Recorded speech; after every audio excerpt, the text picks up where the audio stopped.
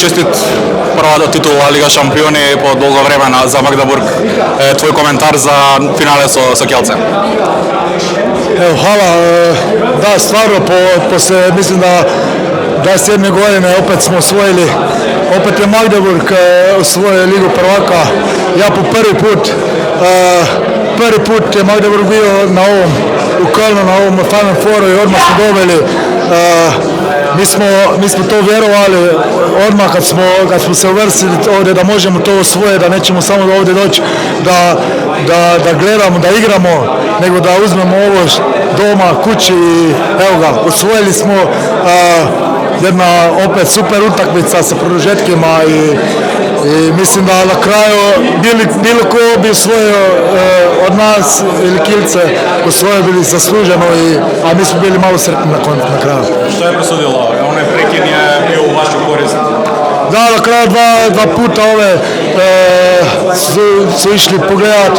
Ja nisam vidio, ako su tako odlučili. Bila je teška utakmica za sudit, puno emocija i događaju se i u našu korist i u njihovu korist neke situacije, ali na kraju kraja ja mislim da bila borbena, korektna utakmica, muška, što su svi očekivali i da sve bilo isto u fair playu. Nakon Barcelone jeste dobili više samopoznanja? Više samopoznanja. Mi smo došli, mi znamo da imamo dobru ekipu, da možemo da sa svakim igramo, ali kad smo jučer pobjedili, rekli smo evo to je naš vikend, naše finale i rekli smo to trebamo uzeti i uzeli. Osvojio si sve što se može osvojiti sa klubom, i Liga prvaka i Liga Europa i Superklub, kako je sad osjećaj? Da, sve u Europi što smo igrali, osvojio sam Bundesligu prošle godine, sve kup Njemački, sve sa jednim klubom i super oproštaj. Evo, zadnja utakmica, finale Lige šampiona dobili i evo, zahvala što sam mogu tu igrat, što sam bio u ovom ekipu, što sam bio 10 godina ovdje i presrećan sam. Nek se dolazi prvak Liga prvaka.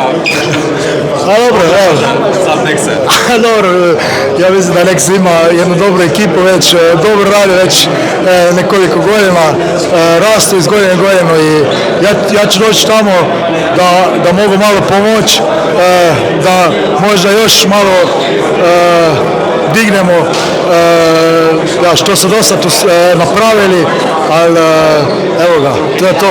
Ja se idem sad poveseliti na odmor i onda kreće sljedeću sezonu, priča sa Nexijem. Čestito. Hvala.